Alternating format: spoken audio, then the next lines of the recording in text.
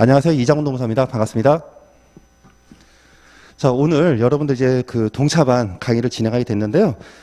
본 수업 앞서가지고 간단하게 OT, 그리고 제가 이제 여러분들에게 좀 안내해 드릴 점, 그렇게 말씀드리고 본 강의 시작하겠습니다. 혹시 이제 설명회를 듣지 않고 오신 분들이 있을지 몰라가지고 간단하게 프라임 법학원의 그 동차반 커리를 말씀드리면요. 저희 커리는 이제 수강료를 좀 대폭 70% 할인한 대신에 여러분들의 어떤 그 공부량을 좀 비교를 해가지고 일기 강의를 좀 비디오로 이렇게 돌리고요. 그리고 강사분들이 이제 매번 교실 들어오셔서 멘토링을 좀 강화하는 방법으로 그렇게 수업이 진행이 됩니다. 그래서 제 그 일기 강의의 경우에는요, 이제 저 같은 경우에는 이제 사실 수강생들이 이제 아주 많지 않다 보니까 처음 시작하는데 좀 많으세요. 그래서 저 경우에는 이제 연기하고 일기의 경우에는 이제 그 1차 후신들도 있어가지고 1차 커리도 어느 정도 제가 수업을 좀 진행을 했습니다. 자, 그리고 이제 2기하고 3기부터는 이제 1차 커리를 다 드러내고 이제 진행을 하고 있는데, 이제 여러분들은 지금 혹시라도, GS 연기나 1기를 혹시라도 들으신 분들은 동차반 커리보다는 GS 2기나 3기 커리가 더 맞는 것 같다는 점 미리 안내를 드리고 있고요. 자, 그리고 이제 여러분들이 순수하게 1차 커리만 들으셔가지고 객관식 지문밖에 모르신다. 이제 그분들은요, 솔직히 말씀드리면, 답안 작성 자체가 사실상 거의 불가능하십니다. 자, 일단 여러분들, 제가 오늘 그 OT 강의를 이제 PPT로 준비를 했는데, 이제 강의실 사정이 여의치 못해가지고, 제가 급히, PT 자료를 좀 출력을 했습니다. 그래서 여러분들, 여기 보시면 동차반 노동법 1주차 강의 자료 한번 보시면서 제가 OT를 좀 해드릴게요. 자, 일단 첫 번째 제가 세 가지로 준비했는데요. 일단 2차 노동법 바로 알기, 그리고 두 번째 본인 바로 알기, 이제 도우미 바로 알기, 이렇게 크게 말씀을 드렸고요. 자, 한 장 넘기시면 좀 출력이 좀 잘 안 돼가지고 까맣게 나온 부분이 있는데, 설명회 때 제가 말씀드린 부분입니다. 이 부분은 합격률 관련된 부분인데요. 일단 그 매년 그 출원인이 한 5천여 명 2차 출원이 내십니다. 그러면서 그 실제 응시를 하시는 분은 한 500명 정도가 빠져요. 500명. 숫자를 보시면. 그리고 이제 최종 합격률은 우리가 한 작년 같은 경우에 한 322명 정도 이렇게 합격을 했거든요. 그러면 여기서 OT 때 그 설명회 때 드린 부분인데, 제가 이제 미처 그 설명회 때는 시간상 말씀을 못 드린 부분을 추가로 말씀드리고자 해당 자료를 넣었는데요. 500명이 왜 빠질까요? 2차 응시 자격이 있으신 분들은 한 5천 명이 되는데, 출원이, 그러니까 응시 자격이 있는 사람 한 5천 명이 돼요. 근데 실제 응시를 하시는 분들은 실제로 한 500명이 빠집니다. 원서를 넣으시는 분들이. 그리고 실제 원서를 넣고도 출석을 안 하신 분들이 또 꽤 돼요. 꽤 돼요. 한 25명 그 정원에 그 많게는 한 서너 명 정도까지 나옵니다. 그게 왜 그럴까요? 일단 처음에 우리가 응시 자격이 한 5천 명인데 그 중에 이제 응시를 하는 사람이 한 4,500명 정도 된다. 그거는 중복 출원이 있어요. 중복 출원이. 그래서 이 노무사 시험 같은 경우에는요, 2차 그러니까 저희가 이제 저는 짝수, 홀수 이렇게 얘기합니다. 짝수, 홀수. 그래서 유예이신 분들은 짝수, 그리고 유예가 없으신 분들, 그분들 제가 홀수라 얘기를 하는데, 이제 짝수이신 분들이 내년도에 혹시라도, 그러니까 당연연도에 시험을 떨어졌어. 그러면 새로 영어부터 1차부터 다시 시작해야 되잖아요. 그게 부담이 되다 보니까 짝수이시면서 그냥 공부 조금만 하면서 아유 재수 좋으면 붙고 아니면 말고 이렇게 공부하시는 분들이 좀 계세요. 그래서 한 일주일에서 한 2주 정도 이렇게 짧게 공부하시고 1차를 한 번 더 보고 합격하신 이런 중복수가 좀 있다는 거죠. 그래서 그 부분 빼고 이제 나머지 부분은 뭐냐? 이제 여러분들이죠. 여러분들. 실적으로 1차는 합격을 했는데 사실상 공부 시간이 거의 안 나온다는 거죠. 3개월밖에 안 되니까. 또 지금 오전부터 오신 분들은 시간이 좀 되시는 분들인데 사실상 1차만 전념하시는 분들은 또 직장인들이 또 많으세요. 그래서 사실상 그분들이 2차 커리를 따라가셔가지고 합격하기는 제가 볼 땐 거의 불가능합니다. 제가 볼 때는. 자, 그래서 그분들이 자격은 있는데 시험 응시 자체를 아예 안 해버리고 처음부터 포기를 한다는 거죠. 근데 여러분들 그 노무사 시험이요, 재수가 좋으면 뭐 1년 만에도 합격을 하는데 재수가 조금 그냥 운이 좀 안 따르신다, 그분들은요 사시오시 합니다. 사시오시.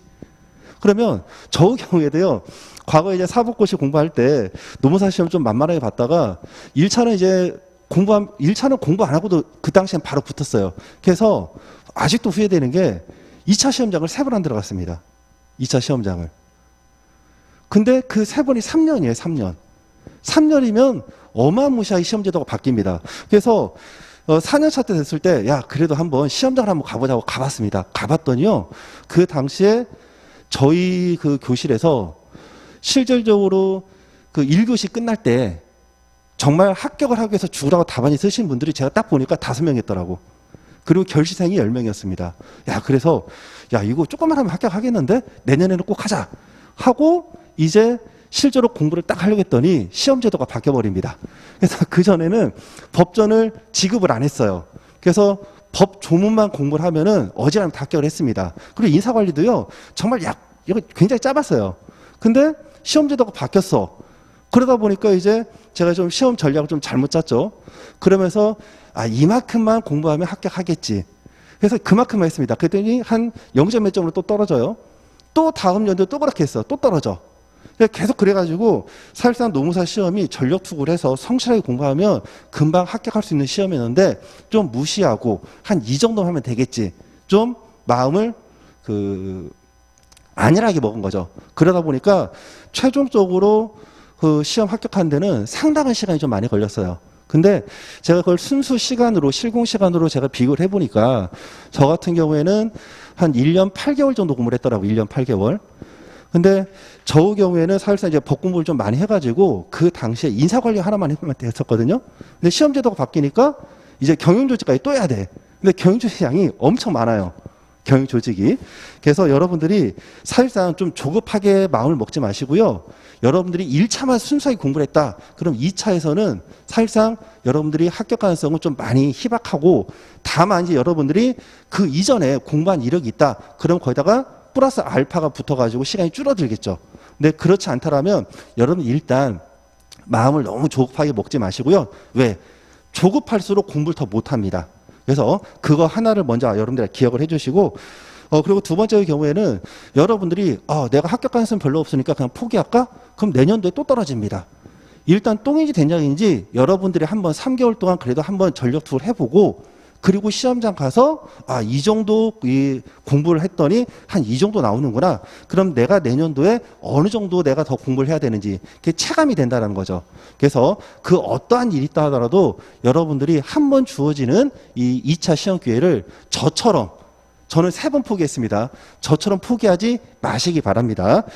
자, 그리고 OT 때 또 설명회 때 말씀드린 것처럼요. 여러분들 2차 시험 같은 경우에는 전과목이 표전제입니다. 전과목. 그래서 한 과목만 잘해가지고요. 여러분들이 그러니까 이런 거죠. 1차에서는 뭐 한 과목을 고득점하고 한 과목을 명과작전 해가지고 대충 퉁쳐가지고 합격을 하시죠.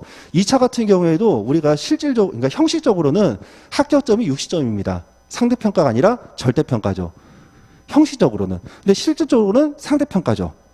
자, 그러다 보니까 전 과목에 대해서 표점을 돌려버리면 한 과목을 전략 과목을 했다 하더라도 내가 이 과목은 전략 과목이야 했는데 이 과목이 표점으로 확 떨어져 버리면 이분은 그냥 완전히 낭패인 거죠.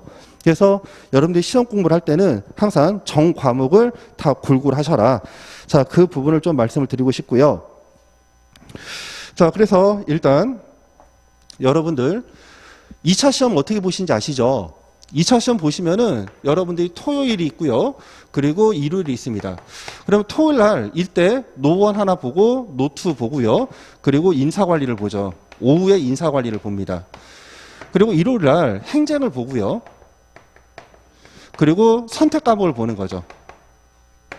그러면 전략을 잘 짜셔야 돼요. 우리가 금요일, 그리고 목요일, 그리고 수요일, 그리고 화요일, 월요일, 일요일 이렇게 짭니다. 자, 그러면 여러분들이 지금 올해는 좀 힘들지 모르지만 조금 이제 여러분들 내공이 쌓여서 만일에 내년에 이제 필승 전략으로 한다. 그러면 토요일 날 시험을 보니까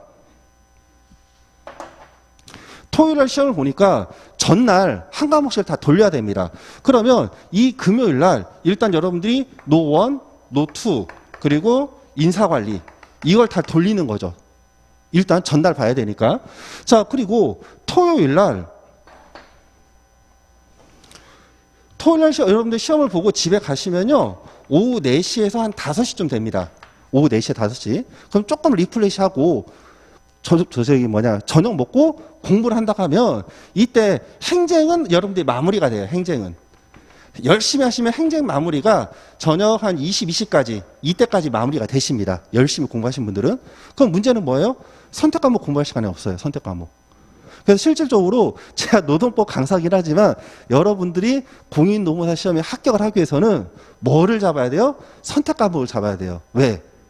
우리가 정확하게 공부를 다 하신 분들은 하루에 한 과목씩은 충분히 마스터가 됩니다. 그리고 시험 보기 직전에는 이제 마음이 좀 쪼이니까 이 금요일 날 이 세 과목은 다 볼 수가 있어요. 근데 문제는 토요일 날 시험 보고 지쳤죠. 저녁에 여러분들이 많이 돌리는 건 행정 하나밖에 없어요. 행정은 여러분들이 보통 한 350페이지 정도 되거든요. 근데 이거를 공부 좀 되시면은 한 150페이지 정도 줄어질 수 있어요. 그럼 정도라는 건 다 봐. 근데 선택을 못 한다는 거죠. 그래서 여러분들이 첫 번째 결정하실 부분이 선택 과목을 뭐로 할 것인가. 개인적으로 민소는 비추고요. 여러분들이 좀 노멀하게 하는 게 경영 조직인데 경영 조직 같은 경우에는 양이 어마무시 많습니다. 좀 쉬워요. 접근성은 쉬운데 양이 좀 많아. 자, 반면에 이제 노동 경제학 같은 경우에는 양은 좀 적어요. 그리고 장 박사님 같은 경우에 이제 그 내용을 압축해서 잘 강의를 하시는데 문제는 표점제. 그래서 표점을 돌릴 때 노동 경제학은 이제 좀 수학적인 측면이 있기 때문에 배점이 정확해요. 배점이 정확하니까 원점수는 뭐 80점대도 있고요. 90점 가까이 들어갑니다. 다시 말하면 표점 돌렸을 때 노동 경제학은 좀 그 깎이는 폭이 좀 커요. 반면에 경영 조직의 깎이는 폭은 좀 적고 또 다수가 보기 때문에 표점을 돌렸을 때 노동 경제학보다는 상대적으로 영향을 좀 덜 받아요. 대신에 이 마무리할 때 절대적 시장이 좀 부족하다라는 거. 그리고 노동 경제학은 좀 수학적인 측면이 있어야 돼요. 접근성이. 그냥 그 경영 조직은 그냥 단순하게 우리가 암기하는 과목이고. 그래서 일단 그런 거 참고하셔서 선택 과목을 제일 먼저 선택을 하시기 바랍니다. 1차 때 선택 과목을 뭐 했다가 중요한 게 아니고 사실상 여러분들이 그 토요일 날 끝나고 행정 정리하고 나머지 시간 동안에 이 선택 과목을 얼마큼 정리할 수 있는가에 따라 가지고 달라진다는 거 기억을 해 주시고요. 자, 그러면 여기 이제 그 전에 목요일 날은 이제 뭘 해야 돼요? 여기서 이제 행정 그리고 선택을 여기서 여러분들이 정리를 한번 해주시고 그리고 이제 일요일하고 저기 일, 월, 화, 수 여기에서 이제 여러분들이 한 번 더 일요독을 합니다. 그래서 저 경우에는 이제 어떻게 하냐면 우리가 책을 보면 까먹잖아요. 까먹으니까 일요일하고 월요일 날 이제 여러분들이 뭐를 하냐 하면 요거를 먼저 해야 되죠. 일단 행정하고 그리고 여기서 선택을 먼저 하시고 행정을 먼저 하거나 아니면 여기서 이제 선택 과목을 하시고 그리고 화요일하고 수요일 날 이제 여러분들 뭐 인사관리를 먼저 하신다거나 아니면 여기에 대해 노동법을 하신다거나 이렇게 해서 최소한 시험 보기 직전 일요일부터는 여러분들이 최소 몇 회독을 한다? 2회독을 할 수 있어야 합격을 하십니다. 최소 2회독. 그리고 그 정도 공부가 되시려면 3개월 가지고는 좀 부족하세요. 3개월 가지고는. 자, 그리고 다시 여러분들 그 PT 자료를 좀 보시면은 이제 노동법 발효 알기인데 노동법이 양이 너무 많아요. 노동법은 2과목이다. 이렇게 말들을 많이 하시는데요. 사실상 노동법이 2과목입니다. 1차 때 우리 2과목이잖아요. 그리고 실적으로 노동법 양은요. 제가 볼 때는 행정 다음으로 적어요. 행정 다음으로. 행정은 양이 굉장히 적어.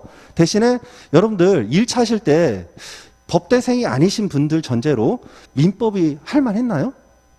민법 너무 어렵지 않나요? 왜게요? 행정은요.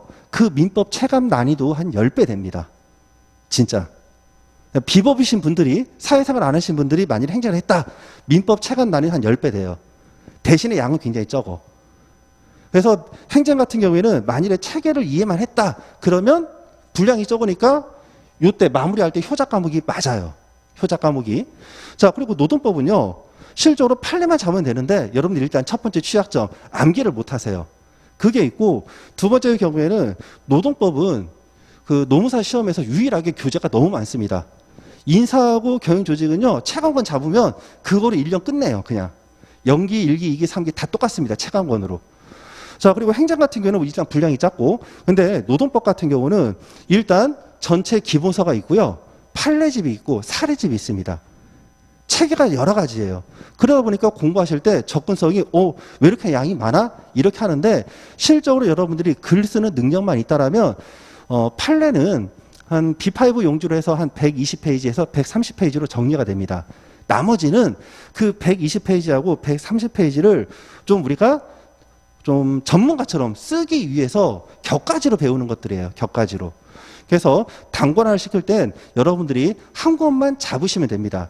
개인적으로는 기본서를 저는 좀 추천을 해드리고, 그리고 공부가 좀 되신 분들은 판례집을 추천을 해드려요. 사례집의 경우에는 교수님들이 솔직히 말씀드려서 신림동 학원 강사가 내는 문제를 교수님들이 출제를 할까요? 여러분들이 절대 보시지 말아야 될 문제가 강사분들 창작 문제입니다. 강사분 창작 문제. 창작 문제가 판례가 없어가지고 한 이런 것들은 단문 형식을 좀 감안해서 좀 공부하시면 좋겠습니다 해서 참고용으로 내는 건 상관이 없어요. 근데 강사분들이 창작내는 문제를 그거를 정말로 달달 암기를 하신다. 그거는 조금 비춥니다. 왜? 교수님들이 학원 강사가 내는 문제를 보고 그걸 똑같이 낸다. 말도 안 되는 소리예요. 다만 이건 있죠. 강사분들이 창작 문제가 아니라 강사분들이 출제를 할 때 판례를 조금 변형시켜서 내는 것들. 그래서 A 판례, B 판례를 접목시켜가지고 출제를 한다. 이런 것들은 괜찮죠. 그래서 제일 중요한 건 노동법은 판례로 시작해서 판례로 끝난다. 그 부분이고요. 그리고 이제 여러분들이 또 하나 조심할 게 답안 작성법을 여러분들이 정말 못하십니다. 못하시는 이유가 일단 법 전공자가 아니잖아요. 그렇죠? 그리고 여러분들이 좀 이제 인기 있는 강사님들 강의를 딱 듣다 보면은 그 강의는 일단 경영학 과목입니다. 경영학 과목은요, 사안 해결을 안 해요. 사안 해결을 안 하고 어떠한 제도 취약점이나 문제점이 있는데 이 문제점 장단점이 뭐고 이거를 실무적으로 여기에 접목시켰을 때 어떠한 개선 방안이 있다. 이런 식으로 가는 겁니다. 답안지 쓰는 스타일이. 자, 그리고 행정법 같은 경우는요, 여러분들 잘 들으세요. 행정법은 절차법입니다. 절차법이기 때문에 그것도 마찬가지예요. 어떤 식이냐면 어떤 문제가 있어요. 이 문제를 해결하기 위한 방법들을 쓰는 겁니다. 해결하기 위한 방법, 절차적인 부분. 근데 노동법은요, 어떠한 사실관계를 주고 누가 갑이 옳냐 을이 옳냐 이거를 찾는 거예요.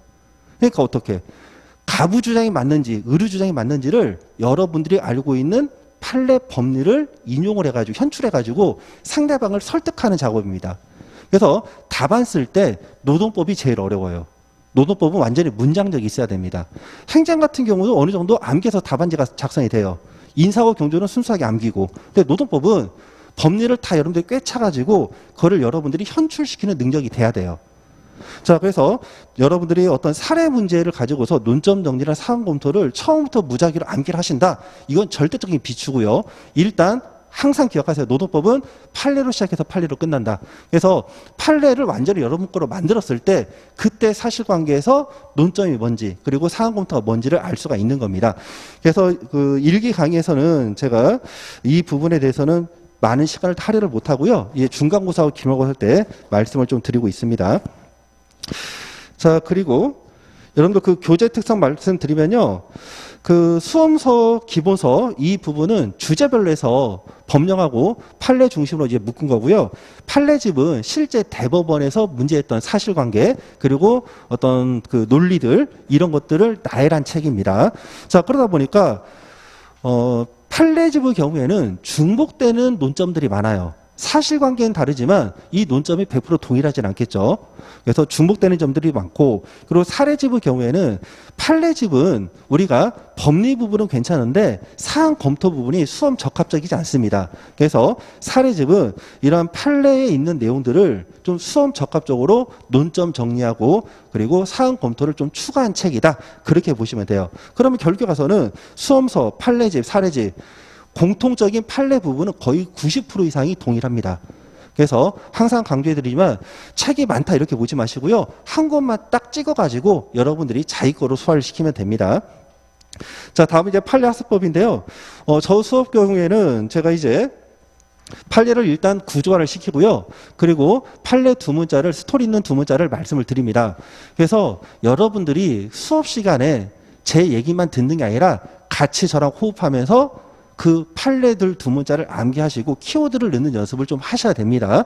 자, 그리고 판례 같은 경우에 여러분들 겁먹지 마세요. 10번 정도는 그냥 리셋이 됩니다. 여러분들이 애국가 동해불과 백두산의 마르고 닳도록 암기를 하셔도요. 이렇게 암기를 하셔도 10번 이상이 날아가요. 휘발성이 강하기 때문에. 그래서 나는 암기를 하는데 맨날 이게 날아간다. 내 머리가 나쁜가? 그렇지 않습니다. 정말 머리 좋은 사람들도요. 그렇게 되는 게 일반적입니다. 일반적이에요. 다만 우리가 시험 보기 직전에 눈으로 바르잖아요. 눈으로 바를 때 바로 이제 우리가 그 복기가 되는 그 속도가 여러분들이 한 10번 정도 날아갔을 때 이게 한 번 보면 그래도 하루는 가요. 뭐 이게 일주일 이상은 가기는 어려운데 하루는 가. 그래서 판례 암기를 내가 암기하고 한 10번은 까먹는구나. 이게 정상이구나. 이거를 좀 기억을 해 주시고요. 자, 그래서 우리 연습 한번 해볼까요? 제가 이제 PPT 자료로 만든 건데 여러분들 이제 해고 정당성 이 부분은요 고전적으로 너무나도 중요한 법리입니다. 일단 시작은 우리가 법 조문에서 시작하는데 일단 법 조문은 다 아시죠? 금기법 23조 제1항의 정당한 이유가 있어야 되죠. 근데 이 정당한 이유가 뭔지를 몰라. 그래서 판례가 이 법 조문을 보충적으로 해석을 하고 있는 거죠. 그래서 일단 정당한 이유는 사회통념상 근로자에게 고용관계가 없을 정도로 책임 있는 사유가 있어야 된다. 이렇게 되고 있고요. 자, 일단 사회통념상에 그 사 동그라미 한번 쳐보시고 그리고 고용관계 고 동그라미 한번 쳐보시고요. 자, 그리고 계속할 수 없을 정도의 개 동그라미 그리고 근로자에게 근 동그라미 그리고 책임 있는 사유의 책 동그라미. 그래서 제가 두 문자를 이제 사고 개근 책입니다. 그래서 스토리는 뭐냐? 여러분들 합격하기 위해서 노동법 유예책 사셨잖아요. 책을 샀으면 매일매일 개근해서 책을 읽으셔라. 이렇게 가는 거죠. 사고 개근 책. 자, 두 문자 쉽죠? 사고 개근 책. 그럼 같이 이제 암기합니다. 사회통념상. 고용관계를. 계속할 수 없을 정도로. 근로자에게. 책임 있는 사유가 있어야 된다. 그게 정당한 이유라는 거죠. 쉽죠? 사고 개근책. 사회통념상 고용관계를 계속할 수 없을 정도로 근로자에게 책임 있는 사유가 있어야 된다. 자, 그 다음 보시면은 우리가 그러면 사고 개근책. 이거 무슨 말이야? 굉장히 추상적인데? 그래서 구체적으로 판단 기준을 판례가 다시 제시하고 있다는 거죠. 그래서 보시면은 사회통념상 근로자와의 고용관계를 계속할 수 없을 정도로 근로자에게 책임 있는 사유가 인정되는지 여부는 사행자의 사업 목적과 성격, 사업장의 여건, 근로자의 지위 및 담당 직무 내용, 비행위 동기와 경위, 이로 인하여 기업의 위계 질서가 물러야 될 위험성 등 기업 질서에 미치는 영향, 과거 근무 태도 등 여러 가지 사정을 종합적으로 검토해서 판단한다. 이렇습니다. 자, 동그라미 한번 쳐볼게요. 두 번째 줄에 사부 목적과 성격에서요. 목적의 목, 성격의 성. 자, 그리고 사업장의 여건에서 여건의 여, 근로자의 지위 및 담당 직무 내용에서 지위의 지, 그리고 비행위의 동기와 경위에서 동경. 자, 그리고 기업의 위계 질서가 물러야 될 위험성 등 기업 질서에 미치는 영향에서 위험성의 위, 그리고 과거 근무 태도의 태. 이렇게 하겠습니다. 자, 그러면 동그라미 닫히면요. 목성, 여지, 동경, 위태인데요. 자, 이거는 일단 지우겠습니다.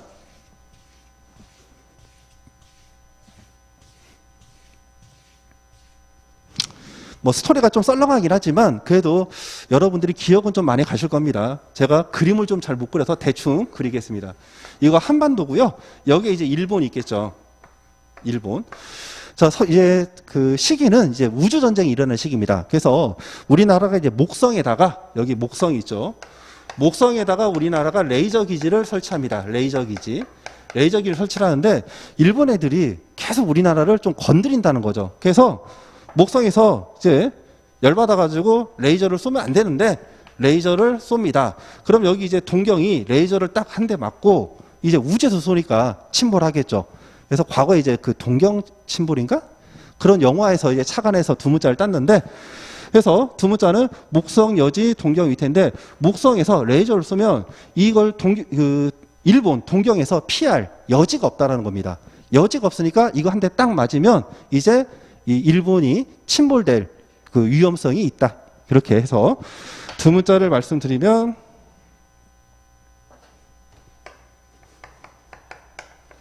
목성, 여지, 동경이 위태롭다 해서 위태하고요. 자, 키워드 한 번만 우리 기억나는 거 한번 볼까요? 테스트 여러분들. 자, 목성은 사업의 목적과 성격이었죠. 여는 사업장의 여건, 지는 근로자의 지위 및 담당 업무 내용입니다.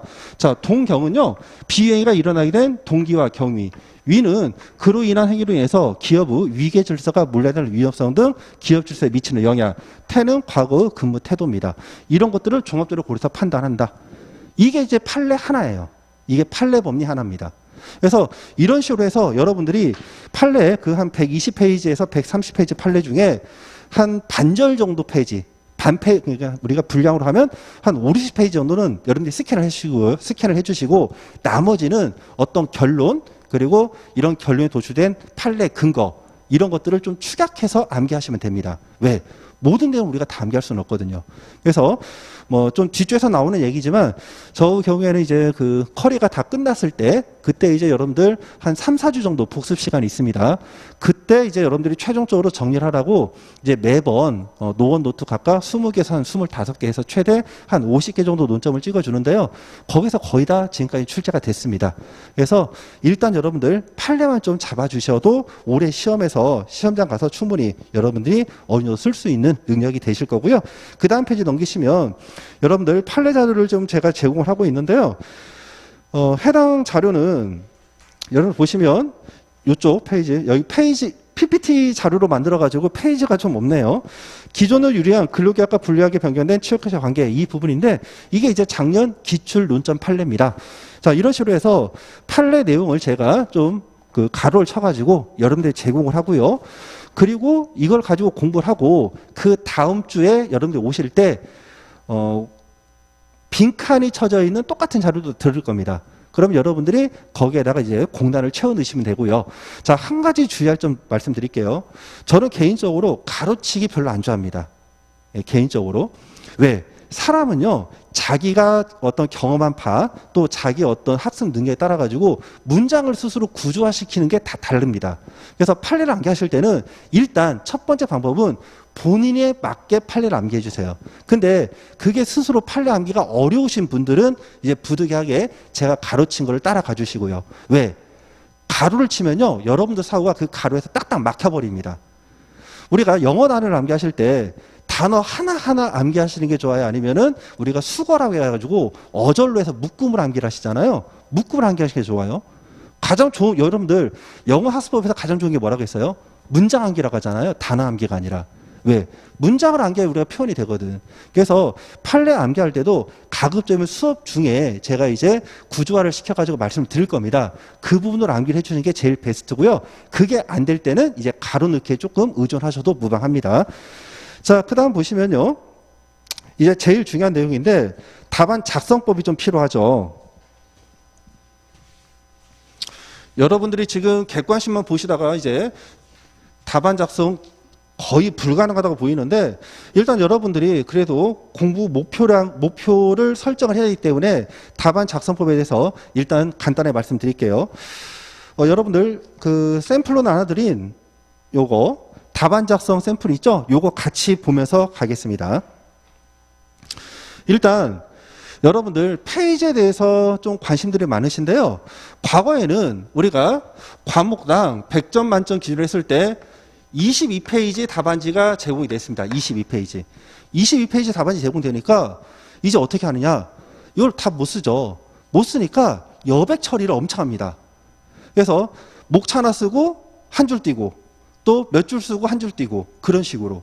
그러다 보니까 답안지가 너무 엉성한 거예요. 그래서 이제 어떻게 되느냐. 이 답안지가 15페이지로 줍니다.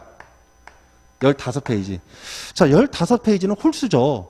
우리가 배점 기준으로 하면 짝수 페이지로 나와야 되는데 이거 공단 직원이 실수한 겁니다. 그래서 그 다음 연도에 바로 페이지 변경이 이루어집니다. 페이지가 16페이지로 이루어지는 거죠. 그러면 100점 기준으로 16페이지면 만일에 25점이다. 그럼 페이지를 몇 장을 써야 된다는 거죠? 기본적으로 4페이지를 쓰라는 거예요. 그동안에 채점위원들이 22페이지일 때 이 채점 분량을 봤더니 합격하는 애들은 기본적으로 4페이지가 나오더라. 그렇게 해서 합의된 게 16페이지입니다. 16페이지. 자, 그런데 이제 페이지당 점수를 하는데 교수님들은 절대 목차별로 점수 배열 안 합니다. 쭉 있고 직관으로 몇 점, 직관으로 몇 점 하십니다. 왜? 이분들은 전문가이기 때문에 그렇게 채점이 가능하신 것 같아요. 채점 시간 그렇게 많이 안 걸립니다. 제가 알기로 한 부 채점하는데 1분이 채 안 되는 걸 알고 있거든요. 그러니까 어떻게? 답안지 인상이 좋아야 돼요. 답안지 인상이. 자, 그리고 그러면 이제 우리가 이런 부분이 있죠. 자, 나는 아무래도 3페이지밖에 못 쓴다. 그럼 나는 항상 불합격하느냐? 그렇지 않다고 제가 설명할 때 말씀드렸죠. 왜? 페이지당 우리가 분량상 일단 배점을 나눠보면 일단 여기 보시면 1페이지에 점수가 몇 점 나오죠? 25점이니까 6으로 나누면 되겠죠? 그럼 6, 4, 24니까 한 6점 정도 배점이 됩니다. 그럼 만일에 우리가 3페이지를 정말 그 임팩트하게 썼다. 그럼 몇 점이 나오죠? 18점. 근데 이게 18점이 진짜 18점이 아니에요. 왜? 교수님들은 100점에서 점수를 차감하는 게 아니라 대략 한 70점부터 차감합니다. 70점부터. 그러니까 30점은 그냥 없는 거예요. 그래서 70점부터 이렇게 차감하라고 점수를 주고 그리고 또 표점을 돌려요. 그러니까 100점 만점에 30점은 날리고 70점부터 이제 차감을 하면서 그러면 우리가 정말 원점수를 잘했을 때 한 65에서 한 67 정도 나오는 거죠. 진짜 완벽하게 썼을 때. 근데 여기다가 다시 표점을 돌린다는 거예요. 다른 선택 과목 때문에. 이해가 되셨죠? 그래서 3페이지를 써도 합격은 하되 가급적이면 4페이지를 맞춰주는데 여러분들이 목표를 좀 잡으시고요. 자, 그러면 페이지 구성을 보시면은 그 샘플 자료로 드린 거 보시면 일단 한 페이지에 몇 줄이 있느냐? 페이지당 1페이지에 22줄이 들어갑니다. 22줄이 들어가는데 글자 크기도 굉장히 중요해요. 그래서 한 줄에 여러분들이 몇 자가 들어가냐 쓰면 22자 내외가 들어가도록 글씨를 씁니다. 너무 작게 쓰시면요. 필력은 빨리 나오죠. 분량은 많아지는데 대신에 페이지가 줄기 때문에 불이익이 있어요. 그래서 항상 기억하세요. 한 줄에 여러분들 22자 내외가 들어가 있으세요. 22자에. 이것도 룰입니다. 자, 그리고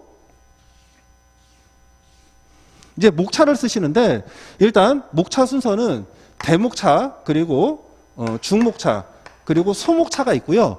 여기까지가 기본적인 목차 나열이고 여기다가 추가로 더 가면 반목차까지는 들어갑니다. 그런데 절대적으로 원목차는 쓰지 마세요. 이 원목차는 어디다 쓴다?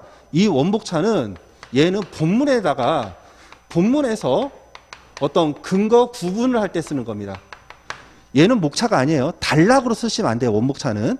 원목차는 본문 안에서 근거 제시할 때 1번, 2번, 3번 이렇게 넘버링을 하는 거고 목차는 여기까지만 쓰시는 거예요. 목차는. 자, 그래서 첫 번째 우리가 논점 정리라는 게 있고요. 그리고 두 번째가 이제 기본적인 각각 사안에서 문제되는 법리.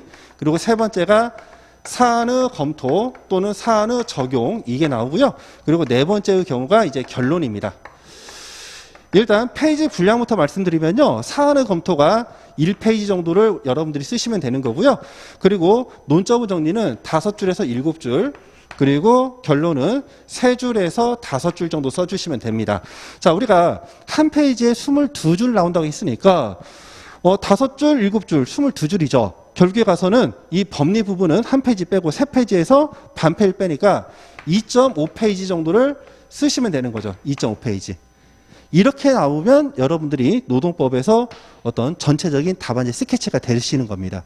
자, 이런 상태에서요. 일단 법리 부분, 이 부분이 가장 기본입니다. 그러면 이 법리 부분은 당사자가 다툴 때 이 다툼을 해결하기 위해서 누가 옳은지를 판단하는 근거가 돼야 되는데 일단 이 근거는 여러분들 법은요. 이렇게 꼭 기억하세요. 원칙과 예외가 있다고 기억을 하세요. 원칙과 예외. 자, 그리고 법 조문이 있으면 그 법조문을 해결하면 되잖아요. 근데 이 법조문 가지고 해결이 안 돼. 그러면 이 법조문을 보완하는 게 뭐다? 판례라는 겁니다. 그래서 항상 시작은 법조문에서 시작해요. 어떤 제도에 관한 법조문. 여기서 시작을 하고 이 조문 가지고 해결이 안 돼. 그러니까 어떻게? 그 다음에 판례 내용이 들어가는 겁니다. 자, 그리고 여러분들 법조문 보시면 1차에서 보시겠지만 본문 있고 단서 있잖아요. 항상 여기에는 원칙과 예외가 있어요. 원칙을 먼저 쓰시고 예외가 들어가는 겁니다. 자, 그리고 나서 여러분들 이제 쉬운 거 결론부터 볼게요. 이 결론은 형식이 질문에 대한 답을 씁니다. 질문에 대한 답. 질문에 대한 답을 쓰는데 항상 그 근거를 써야 돼요. 근거. 여기서 근거 제시는 뭐냐? 여러분들 논점에서 잡았던 것들, 논점에서 제기했던 내용에 대한 법적 평가를 하는 거죠. 법적 판단. 이런 식으로. 자, 그리고 그 다음에 논점을 한번 볼까요? 이 논점의 정리는 뭐냐 하면 당사자가 주장을 했는데 갑이 옳은지 을이 옳은지 판단하는데 필요한 법리들입니다. 자, 여러분들 그냥 간단하게 지금 여러분들이 2차 공부가 전혀 안 됐다는 전제에서 1차에 관련된 내용을 한번 해볼게요. 자, 이렇게요. 여러분들이 알바생이고 제가 이제 카페 주인인데 제가 급여를 여러분들에게 어떻게 해야 되나? 전제를 이렇게 할게요. 전제를 여러분 한번 생각해 보세요. 일단 5인 이상 사업장입니다. 5인 이상 사업장이고 여러분들이 1일 4시간씩 주 5일 근무를 합니다. 주 5일 근무를 하는데 이제 사장님이 급여를 지급할 때 어떻게 지급하느냐? 일단 첫 달 급여를 이렇게 하고 시급은 최저임금으로 지급할게요. 최저임금. 최저임금으로 지급하는데 사장님이 이때 최저임금의 90%를 지급하고요.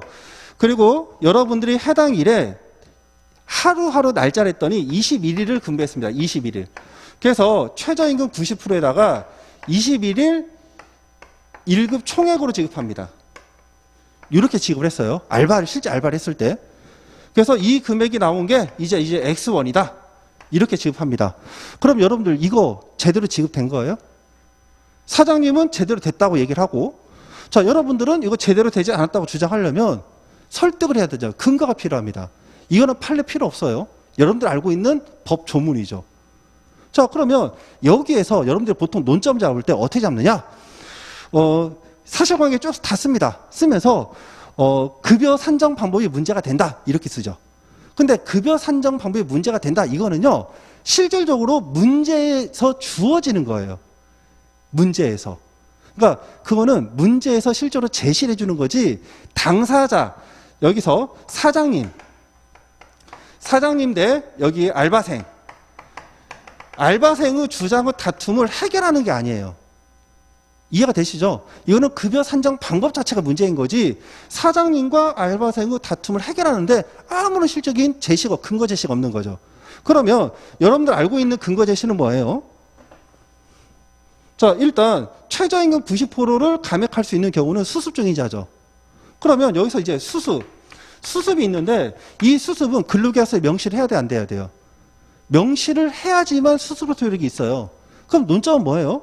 사장님은 너는 수습기간이기 때문에 최저임금 90% 지급하는 거다. 이렇게 주장을 하면 근로계약서에 명시되지도 않았음, 근로계약서에 수습 근로자라고 명시되지 않았음에도 불구하고 최저임금법에 따라 임금을 10% 감액할 수 있는지 문제가 된다. 크게 논점인 거죠. 당사자 실제 다툴 수 있는 거. 자, 그러면 이거를 사안 적용을 하면 어떻게 돼요? 사안 적용하면 우리가 법리를 알고 있잖아요. 그러면 근로계약서에 수습기간을 명시하고 있지 않는 바 해당 알바생에 대해서 최저임금을 감액할 수 없다. 이게 사안 검토예요. 그거를 우리가 법 조문 대신에 판례 법률로 바꾸면 되는 거죠. 그러니까 뭐야? 논점 정지 사안 검토는 결국에서는 판례 법리를 사실관계에 적용해서 적당히 돌리는 거, 믹스만 하면 되는 거예요. 그래서 다시 한번 강조하지만 판례 법리를 여러분들이 가장 먼저 잡으셔야 되고요. 또 하나 여기 있죠. 지금 여기서 일당으로 계산해서 줬잖아요. 근데 5인 이상 사업장이고 주 몇 일 했죠? 4, 5, 20시간 근무했죠. 초단시간 근로자가 아니죠. 그럼 뭐가 발생해? 주일이 발생하죠. 주휴 수당을 지급을 해야 된다는 거죠. 그러니까 이런 부분들을 이제 논점으로 잡고 실제 법조문을 제시하면서 검토를 하는 거, 이게 사안 검토 내용입니다. 그래서 이거는 제가 그냥 간단하게 여러분들 실무에서 많이 발생하는 것들, 그걸 말씀을 드린 거고요. 그래서 이 사안 검토 내용은 다시 말씀드리면 사실관계를 판례를 적용하여 법적 평가를 하는 겁니다. 법적 평가. 즉, 이 부분은 여기서 논점을 1번 논점, 2번 논점, 3번 논점 이렇게 잡았죠. 보통 25점 기준으로 논점은 2개 내지 3개가 나옵니다. 이렇게 제시된 걸 가지고서 여러분들이 직접 법적 평가를 하는 거고요. 그리고 이 결론의 경우에는 사항검토 내용을 그대로 쓰는 게 아니라 이거 된다 안 된다, 이거 된다 안 된다, 이거 된다 안 된다, 이거를 모아서 최종적으로 질문에 대한 답을 쓰는 겁니다. 아마 추상적이어서 여러분들이 무슨 말이 좀 어려우실 거고요. 자, 해당 내용은 여러분들 혹시 그 공부하신 분들이 전직 명령에 대해서 공부를 좀 하신 분이 있으면 나중에 집에 가셔서 이 샘플 자료를 한번 보시면 될 것 같아요. 해당 내용은 제가 너무 깊게 설명해 드리기 좀 어려우니까 이 정도 하겠습니다. 자, 그리고 여기 샘플 자료 한번 볼게요. 샘플 자료. 실제 여러분들이 중간고사, 기말고사 보실 때 이렇게 쓰셔야 되는데, 일단 처음 보시면은 일단 그 문제를 쓰시는 거예요. 문제를 쓸 때 문제 내용을 다 쓰시는 게 아니라 그냥 간단하게 그 문제 키워드만 좀 쓰시는 거죠. 뭐 취업규칙에 관련된 것이다. 그럼 뭐 취업규칙 분리 변경 뭐 이런 식으로 쓴다거나. 그리고 띄어쓰기를 잘 보시는데요. 띄어쓰기는 룰이 있습니다. 너무 많이 띄었으면 없어 보여.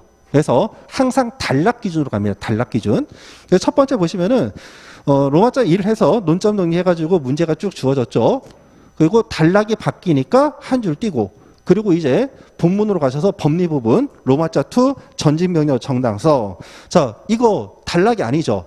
그러니까 바로 다음 중복차 1 전직의 의 쓰시고, 자, 전직의 의 하나 단락이 끝났죠. 그러니까 한 줄 띄시고 전직 명령 법적 근거 이렇게 넘어가시고, 또 다음 페이지 보시면은 이제 단락이 끝나니까 한 줄 띄시고 전직을 제한하면서, 자, 목차와 목차 간의 간격을 여러분들 띄지 마시고요. 가급적 붙여주세요. 단락 기준으로 합니다. 자, 그렇게 해서 뭐 직무내용이나 직무장소가 한정되어 있는 경우 중에 이제 전직명령 효력 단락이 끝나니까 또 한 줄 띄고, 그리고 권리남용 해당 여부에 대해서 한 단락 쓰고 또 내용이 바뀌니까 한 줄 띄고 뭐 이런 식으로 쓰는 겁니다. 자, 그래서 맨 마지막을 한번 보시면은 4페이지. 한 주제가 끝났다. 그러면 그 주제가 끝났다는 것을 반드시 표시를 하셔야 됩니다. 그래서 하이픈 하시고 제1문의 1 끝 이런 식으로 쓰시면 돼요. 자, 그리고 이제 모든 문제가 끝났다. 그러면 모든 문제가 끝나면 최종적으로 어떻게 하냐 하면 이제 노동법 같은 경우에는 보통 이제 50점짜리 분설형 문제 25, 25에서 50점짜리 한 문제가 나오고, 2문은 이제 25점입니다. 그러면 제2문 끝하고 제2문 끝하고, 그리고 여기다가 이하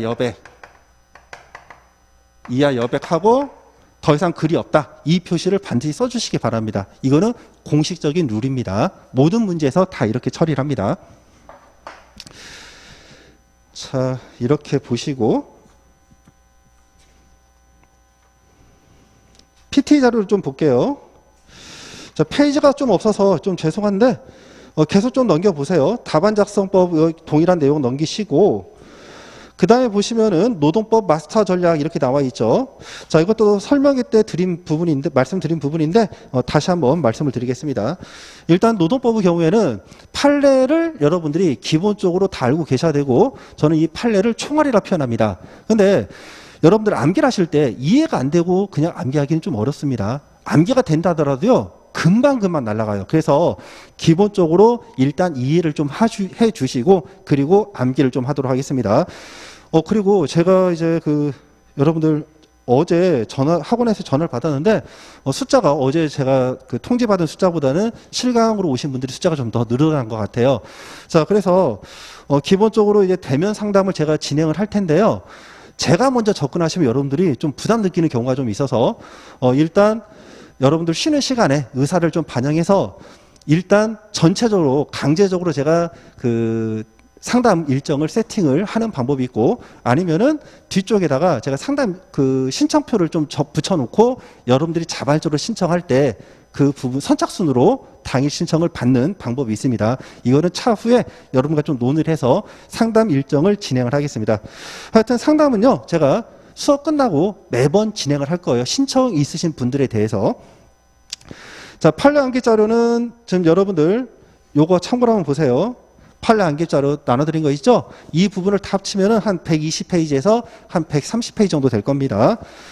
자, 그래서 이 부분에 대해서 제가 이제 수업 시간에 이거는 스캔해 주세요 한 것들은 별 표시하시고 여러분들이 달달 암기를 해주시고, 그렇지 않고 이 부분은 판례 결론과 근거만 여러분들이 좀 정리해서 제시하면 됩니다. 그것들은 스캔까지는 할 필요 없고요. 여러분들이 최대한 키워드 위주로 정리를 좀 해주시면 됩니다. 자, 그리고 그 다음 넘겨보시면 최종 주요 논점 제공되어 있는데, 이것도 아까 말씀드린 부분이죠. 여러분들이 지금 동차반 강의를 듣고 있기 때문에 일정이 GS 3기 일정과는 조금 다릅니다. 그래서 GS 3기 과정을 기준으로 해서 3기가 끝날 때 제가 최종적으로 출제급 문제들을 제가 논점을 찍어 드릴 거예요. 그래서 여러분들이 만일에 3기 과정을 듣지 않는다 하면 제가 학원 측에 말씀을 드려서 동차반으로 수업을 들으신 분들에 대해서는 제가 어떤 그 이메일이라던가 아니면 문자로 해당 그 주제들을 발송시켜 달라고 부탁을 드리겠습니다. 자, 보시고. 그리고 또 이게 있죠. 이제 강사분별로 해서 이제 좀 잘 나가시는 강사님들은 책 한 권을 다 찍어 드립니다. 왜? 뭐가 나올지 모르기 때문에 뭐 부르타까지 다 A급으로 찍는데, 저는 보시면은 A, B, C를 다 이제 구분을 좀 하고 있어요. 그리고 제가 구분하는 그 근거는 있죠. 첫 번째, A급 논점은요, 미기출 논점입니다. 미기출. 네, 노원 노트가 지금 미기출 논점이 마르고 있어요, C가. 그러니까 교수님들이 언제든지 출제가 가능한 거죠. 이게 그 A급 첫 번째 기준이고요. 자, 두 번째는 최신 판례에서 의미 있는 법률이 나온 부분. 이게 이제 A급 논점입니다. 그리고 B급 논점은 뭐냐 하면 고전적으로 매번 기출되는 논점들. 고전적으로 매번 기출되는 논점들. 그리고 C급은요, 이제 좀 미기출이긴 한데 좀 애매한 것들. 그런 것들을 이제 C급으로 놓는 거죠. 자, 그리고 여러분들 그 논점을 우리가 잡을 때 또 이게 있어요. 교수님들이 문제가 아무리 중요하다 하더라도 지금 노동법은 주로 사례 문제로 나오죠. 25점짜리는 단문으로 출제가 됩니다. 그러면 해당 문제를 50점짜리 분설형 문제로 묶을 수 있는 문제인지 그렇지 않은지를 판단을 해야 돼요. 왜? 우리가 최신 판례가 나왔다 하더라도요, 이 최신 판례를 사례형으로 만들기에 애매해. 왜? 분량을 맞춰야 되거든, 4페이지. 이해가 되셨죠? 그래서 그런 부분들을 감안해서 제가 고민해서 찍어드리니까 여러분들이 정리를 그렇게 해주시면 될 것 같고요. 자, 한 페이지 넘기시면 이게 PT 자료인데, 제가 PT 자료가 여러분들 눈에 잘 보이라고 까만 바탕에 흰 글씨를 쓰는데 이게 지금 먹통이 됐네요. 이 부분은 이렇게 보시면 될 것 같아요. 여러분들 바로 알기입니다. 여러분들 바로 알기. 그래서 여러분들 친구 따라 강당 간다 그러지 마시고요. 친구 따라 같이 강당 가다가는 망할 수가 있습니다. 그래서 일단 여러분들 자신에 대해서 정확하게 여러분들이 냉정하게 평가를 하셔야 돼요. 자, 첫 번째 제가 기준 한번 제시할게요. 제가 두 문자로 아까 정당한 이유에 대해서 말씀드렸죠. 거의 이제 3단 논법. 그래서 첫 번째 근기법 23조 제1항은 정당한 이유. 두 번째 혹시 두 문자 기억나신 분 있나요? 자, 민방위 하지 마시고 살짝 저만 알아보게 뭐 손가락을 든다거나. 여러분들 이런 거죠. 공부하는 머리가 따로 있는 게 아니에요. 여러분들 어제 친구랑 뭐 했어요? 또는 일주일 전에 뭐 했어요? 또는 뭐 데이트를 했다? 영화를 봤다? 또는 집에서 TV 봤다? 자, TV 보고 나서 리모컨 딱 끄는 순간 내가 뭐 봤는지 기억 하나도 안 나시면요, 조금 문제가 있죠. 근데 내가 보긴 봤는데 정확하게 스토리가 기억이 안 나고 등장인물도 기억이 안 나요. 그러면 이분은 이제 뭐야? 두뇌 활동이 지금 제대로 안 되고 있는 거예요. 우리가 여러분들 다 나이대가 다 다르기 때문에 과거를 한번 기억해 보세요. 과거. 기억력 좋을 때는요, 친구랑 대화했던 거, 1시간 동안 썼던 거 다 기억납니다. 대화 내용. 그죠? 근데 어느 순간부터 기억이 안 나. 왜? 여러분들은 두뇌 근육량이 빠진 거예요. 그러면 남들하고 똑같이 하면 안 되죠. 남들은 내가 예를 들어서 PT를 한다. 그러면 제가 푸시업을 운동을 계속 했으면 뭐 30개, 50개 하는데 내가 지금 근육량이 전혀 없는데 남들 그렇게 한다 해서 저도 같이 하면 어떻게 되죠? 팔뚝이 부러지죠. 그러니까 여러분들은 공부량에 맞춰가지고 우리가 공부를 해야 됩니다.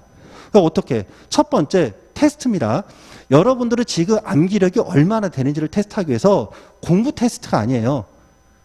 오늘 당장에 이제 여러분들이 일상을 기억을 한번 해보시고 집에 가셔서 얼마나 구체적으로 현출되는가를 한번 생각해 보세요.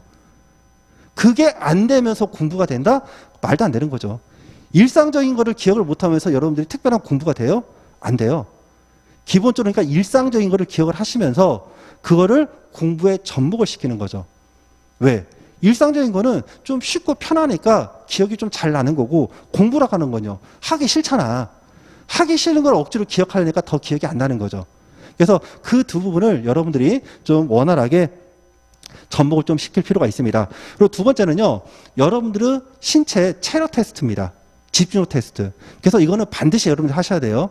일단 여러분들이 쉬지 않고 초집중해서 공부할 수 있는 순공 시간을 뽑으셔야 됩니다. 그리고 그 순공 시간은요, 아무리 못해도 최소 100분 이상입니다. 100분. 왜 100분일까요? 여러분들 2차 과목 볼 때 노동법은 이게 이제 쪼개가지고 75분인데 다른 과목들은 100분이에요. 그러니까 100분 동안 미친 듯이 여러분들이 답안지를 쓸 수 있는 어떤 체력이라던가 머리 두뇌 회전이 나와야 돼요. 그래서 어떻게? 아무리 못해도 100분 동안은 나는 미친 듯이 공부를 해야 되는 거고요. 자, 그리고 여러분들이 지어야 될 거. 쉬는 시간 안 갖고 2시간, 3시간 공부하시는 분들. 저는 그럼 솔직히 그렇습니다. 2시간, 3시간 공부하는 거 좋은데 책 덮고 나왔을 때 2시간, 3시간 동안 공부한 거 말해보세요 하면요, 말 못해요. 10명 중에 제가 지금까지 봤을 때 10명 중에 10명이 다 말 못합니다. 그럼 공부한 거예요, 안 한 거예요? 안 한 거예요. 공부는요, 30분이든 1시간이든 여러분들이 딱 집중해서 보고 책을 덮고 바람 쐬러 나왔을 때, 아, 내가 뭘 공부했지? 허공을 보면서 머리를 떠올렸을 때 키워드 정도가 떠올리셔야 공부가 된 거예요. 예를 들어서 1시간 동안 근로자에 대해서 봤다. 그러면 근로자세 관련된 법조문이 뭔지, 근로자상 관련된 판단 기준이 뭔지 그것들이 떠올리셔야 돼요. 근데 그게 아니라 2시간 동안 3시간 동안 엉덩이만 붙이고 책을 봤는데 책 덮고 딱 화장실 가는 순간 내가 뭐 공부했지? 자, 그럼 그게 공부한 거예요? 아니면 자기 학대한 거예요? 저는 개인적으로 자기 학대한 거로 봅니다. 자, 그래서 다시 한번 강조하지만 순공 시간이 중요하긴 한데 자기 몸에 맞는 순공 시간을 찾으세요. 그래서 나는 3시간을 공부했는데 그거 다 기억난다. 그럼 그렇게 하시면 되고, 그게 안 되시는 분은 억지로 몸 학대하면서 머릿속에 들어가지도 않는데 공부하지 마시고 일단 타임 스케줄을 딱딱 끊으시라는 거예요. 그래서 나는 아직 내가 그 머리 근육량이라던가 신체 이게 적응이 좀 안 됐다. 그러면 30분 하면 30분 딱 하시고요. 그리고 10분 쉬시면서 30분 내가 공부하고 머릿속에 복귀하시고, 그러면서 그 시간을 30분에서 몇 분까지? 100분까지 늘리는 겁니다. 이 작업을 반드시 해주시고요. 자, 그래서 또 이제 공부하는 방법인데, 여러분들이 문의가 좀 많이 나오는 게 이게 있어요. 하루에 한 과목을 하느냐, 1일 1과목이냐, 아니면 1일 다과목이냐, 이 질문이 있는데요. 기본적으로 이것도 역시 상대적인 거죠. 공부 시간에 따라 달라집니다. 최소한 한 과목에 4시간에서 5시간은 공부를 하셔야 돼요. 한 과목. 그래서 최종적으로 여러분들이 페이지를 넘길 때 그 페이지 분량이 공부하고 책을 덮었을 때 생각이 나셔야 됩니다. 그 기준으로 기본적으로 아무리 못해도 30페이지 그리고 좀 많게는 한 60페이지, 그리고 만일에 한 과목만 봤다 그럼 100페이지를 소화시켜야 됩니다. 그러니까 한 과목 기준하면 얘는 한 80페이지에서 그리고 한 100페이지 정도 이걸 소화시키고요. 만일에 1일 다과목을 봤다, 3과목, 4과목 보는 건 비추입니다. 3과목, 4과목 보는 건 비추고, 이거는 이제 2과목을 보는데 아무리 못해도 한 과목 페이지가 30페이지에서 그래도 50페이지는 나와야 돼요. 한 과목이. 자, 그리고 이걸 붙일 때는 어떻게 하느냐, 법과목하고 경영과목을 붙이세요. 그래서 노원과 행정을 구분합니다. 노원과 행정을 구분하시고요. 저 경우에는 행정은 좀 어렵지만 분량이 좀 적죠. 자, 그러면 선택 과목이 분량이 많으니까 행정에다가 경영 조직을 섞습니다. 또는 여기다가 노동 경제학을 섞어요. 그리고 노동법은 이제 판례 암기량이 조금 부담되니까 좀 편안하게 읽을 수 있는 거, 인사관리를 묶습니다. 자, 그리고 이제 또 일별로 했으면 이제 주별로 가야 되겠죠. 그러면 이거 하루하고 이거 하루하고 이렇게 교차하지 마시고 일주일이면 요거를 3일, 요거를 3일 이런 식으로 세팅을 하시는 게 바람직해요. 그래서 우리가 한 과목씩 보는 방법이 있고, 만일에 2과목을 보겠다 그러면 요렇게 묶고 그리고 3일 3일 이런 식으로 좀 연속성 있는 공부를 하셔야 되지 찔끔찔끔 하시면요 휘발성이 너무나도 강합니다. 자, 이 부분 좀 기억을 해 주시고요. 자, 그 다음에 PT 조금 더 보시면 이제 여러분들의 숙제인데요. 지금 제가 이제 매번 그 기초인문 특강을 제가 합니다. 그래서 아마 2022년도 기초인문 특강도 있을 거예요. 근데 이제 여러분들이 1차 공부를 하셨기 때문에 그 전에 이제 뭐 민법이라던가 헌법 내용을 좀 아시는 분들은 굳이 들으실 필요가 없고요. 노동법에서 특히 민법 부분이 많이 나옵니다. 민법 부분이. 그래서 민법이 좀 약하신 분들, 이분들은 기초인문 특강이 제가 이제 한 3타임 정도로 구성이 되어 있어요. 그래서 이 부분은 여러분들 학원 홈페이지에 무료로 열려 있으니까 기초인문 특강은 반드시 좀 들어보시길 바랍니다. 자, 그리고 복습은 여러분들 매일 판례 암기 최소한 5개 논점 정도는 암기를 해주시기 바라요. 자료 나가는 거는 우리가 진도별로 판례가 좀 없는 부분들도 좀 있어요. 그 부분은 판례량이 좀 적고 판례로만 구성된 주제 부분이 있습니다. 그때 이제 판례량이 거의 폭주를 해서 뭐 10페이지 이상 이렇게 나갈 수가 있어요. 그래서 여러분들이 매일매일 판례를 좀 복습을 해주시고요. 자, 그렇게 하면 좀 어느 정도 OT가 좀 정리가 되는 것 같습니다. 그리고 또 하나, 여러분들 노동법 요약책이 있죠. 제가 첫 주차 때는 요약책을 제가 오늘 나갈 진도를 이제 프린트로 좀 드렸고요. 이제 이런 부분이 있습니다. 책 개정이 이루어지는데 2차 시험이 끝나고 나면 이제 7월에서 8월쯤에 책 개정잡이 들어갑니다. 그래서 여러분들이 생동으로 수업을 듣고 다음 연도에 또 책을 또 사야 되느냐 이런 부분이 있기 때문에 제가 이렇게 말씀드리겠습니다. 노동법 같은 경우에는요, 그 법조문하고 판례들이 좀 나오기 때문에 책은 매번 개정이 됩니다. 자, 다만 여러분들 책 새로 사는 부담을 좀 줄이기 위해서 개정되는 부분은 제가 출판사에서 요즘에 별도로 추록은 좀 안 나오고 있거든요. 그래서 그 개정사항 부분은 제가 학원 홈페이지를 통해 가지고 여러분들이 좀 보완할 수 있도록 그렇게 정리를 좀 하겠습니다. 자, 다만 이제 그 강의 나갈 때 책 페이지는 조금 달라질 수 있지만 큰 어떤 흐름에 있어서는 차이가 없으니까 여러분들이 책을 구매하신 분들은 뭐 크게 부담 갖지 마시기 바랍니다. 추록 그 부분을 학원 홈페이지라던가 아니면 제가 이제 그 매 기수 시작할 때 별도 자료를 출력해서 나눠드리도록 하겠습니다.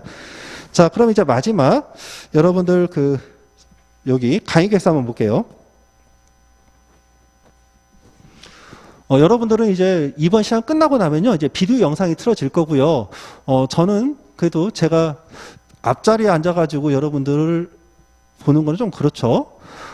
맨 뒤쪽에 제가 앉아서 여러분들이 이제 수업 듣다가 궁금한 거 있으시면요 언제든지 오시기 바랍니다. 언제든지. 자, 쉬는 시간도 가급적이면 제가 자리를 좀 지키도록 하겠습니다. 그래서 이해가 안 된다. 뭐 그리고 어떤 논점은 강약이 좀 필요한 것 같다. 그러시면요 편하게 오십시오. 제가 다 케어해 드리겠습니다. 그리고 이제 중간 기말 시험을 보는데 여러분들 한 페이지 넘기시면 3페이지에 일정표가 나와 있죠. 그래서 모의고사는 12회차 때 노원 파트가 거의 끝날 쯤에 한번 시험을 보고요. 자, 그리고 22회 때 이제 노트 파트에서 50점짜리 시험을 볼 겁니다. 이 정도 OT 하시면 될 것 같습니다. 자, 그러시면 10분 쉬시고요. 2교시부터는 영상 강의가 진행될 겁니다.